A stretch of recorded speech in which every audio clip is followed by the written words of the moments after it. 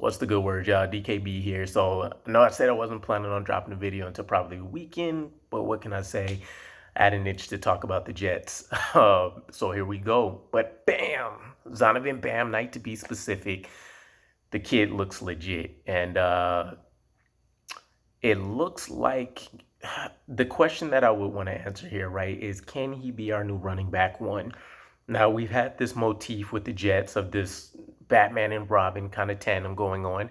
And first it was Breece Hall and Michael Carter. Then Breece Hall went down. It was Michael Carter. And it was supposed to end up being James Robinson. James Robinson's been very ineffective so far in the four-game sample we've seen with him. Now it looks like maybe it could be Michael Carter and Zonovan Knight. And if you want to take a look at the practice squad cuts recently with us, and I don't remember the kid's name, Jonathan Carter, Jonathan Ward, something like that. But if you want to take him being cut off the practice squad as an indicator that Michael Carter's healthy and can return for this Bills matchup where he performed very well the last time, then we would need to figure out what Bam's role would potentially look like. And of course, as normal, I got all the stats. I got the lowdown for everything for you guys before we dive ultimately into this answer. So with Bam Knight, 2-game sample size, very small.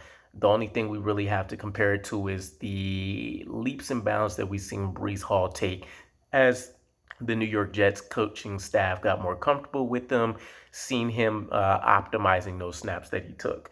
Bam Knight, not put him in the same vein, but he's definitely captured the attention of everybody in these 2 games that he's played in. So we're talking only the second undrafted running back in history in his first 2 games to produce at least 100-plus scrimmage yards. The first player was Phillip Lindsay from the Broncos. We're talking a franchise record in his first game for the New York Jets with 103 scrimmage yards against the Bears.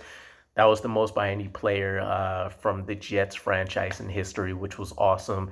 And then when you want to take a look at things, he kind of pieces together a lot of aspects from a lot of different players. If you want to talk about elusiveness, he's right up there with Michael Carter and what we've seen his rookie year. When you're talking underrated power, you can think to Ty Johnson a little bit. He's more so known as a speed guy, referring to Ty Johnson, but you see those bursts on film where his speed converts to power when he's able to use it in the right moments. And you get that with Bam as well. And then you're talking in the receiving game, again, Michael Carter's the receiving threat on our end. Ty Johnson has that ability a little bit as well. But we've seen him, essentially jump right into Michael Carter's role. And so it's very interesting. And some other notables, right?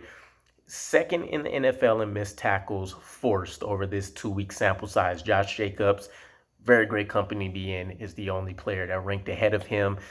I'm not a huge fan of PFF per se anymore. I think it really depends on people using it in the context of a lot of other metrics, the DVOAs, all that kind of good stuff.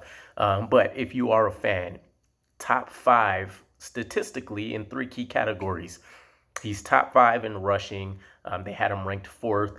In the receiving department, he was ranked 1st. And as a blocker, he was ranked 3rd. So you're talking about him being opened and having access to playing on all 4 downs. Because, again, he does have that ability to sometimes, excuse me, play with more power than you'd expect from him. And so I would have actually loved to see him get another opportunity for recency bias in the Vikings game when we were down at the 1. But I get it. LaFleur felt like passing plays were the best options that we would have had at that time. Granted, the Berrios catch could have changed everything, but it is what it is. It is great to see we've had numerous running backs, actually almost everybody with the exception of James Robinson at this point, unfortunately, flash in this offense. And Bam has done it in back-to-back games so far, which is really impressive. The Bears, you kind of can, take a look at that game and say, it's the Bears defense. They've traded away a lot of pieces. They don't have much to play for. Cool. But against this Vikings team, one of the most clutch teams in the NFL, especially in fourth quarter situations, We see that huge rush of, I want to say it was 48, it might have been 42 yards that he breaks off. And we're getting, I would expect that we would get that more consistently if we can keep him in that 12 to 18 rushing snaps range. One of the stats that stick out to me that I love the most, though, to kind of put it in context when we're talking about our running back by committee group, he averages 3.72 yards after contact per carry, which is sixth in the NFL. But for comparison's sake, when we're talking about James Robinson, because this is really going to be the coaching staff's decision on who ends up being inactive, assuming we don't carry four, James Robinson as a whole is averaging 2.9 yards per carry. Zonovan Bam Knight is rushing better after he's been contacted than James Robinson is producing, period.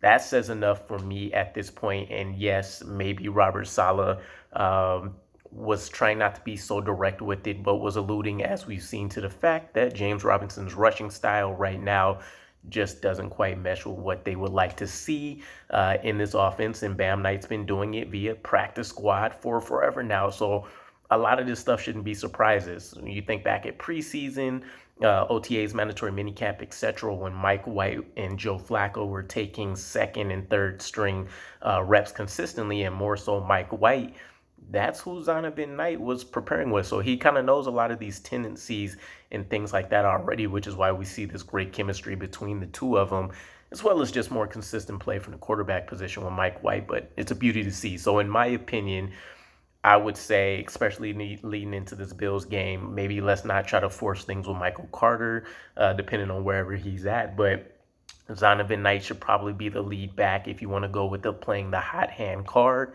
as we've seen with the running back position.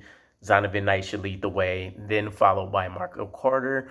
And Robert Saleh already has mentioned Ty Johnson's essentially solidified on game days due to his special teams ability, and then what they feel like he brings on third down. So James Robinson's looking like the odd guy out, I would say, for the foreseeable future. Even if it ends up kind of being a coin toss, I would say Bam Knight is in a position where he can be running back one for us down the stretch heading into the playoffs. We've seen what Michael Carter is able to do consistently, so maybe it's just a matter of a little bit fresher legs. Who knows? But it's a great problem to be in when you can think that Michael Carter and Zonovan Knight can both go off, and then we have Ty Johnson to help kind of loose up, free up a couple extra carries for himself, and different things of that nature. So either way, let me know what your guys' thoughts are. Do you feel like Bam Knight has shown in 2 games enough to be our running back one, at least in terms of the carries that we divvy up, or is this a guy that you feel more comfortable seeing get decent enough snaps behind Michael Carter? Looking forward to it. Appreciate the support as always. Again, Jets Flight Squad will actually be going on today at 7 p.m. PST, and then I got Green Bean coming on for you guys Friday. Should be awesome shows for both of them. Appreciate the support as always. Peace.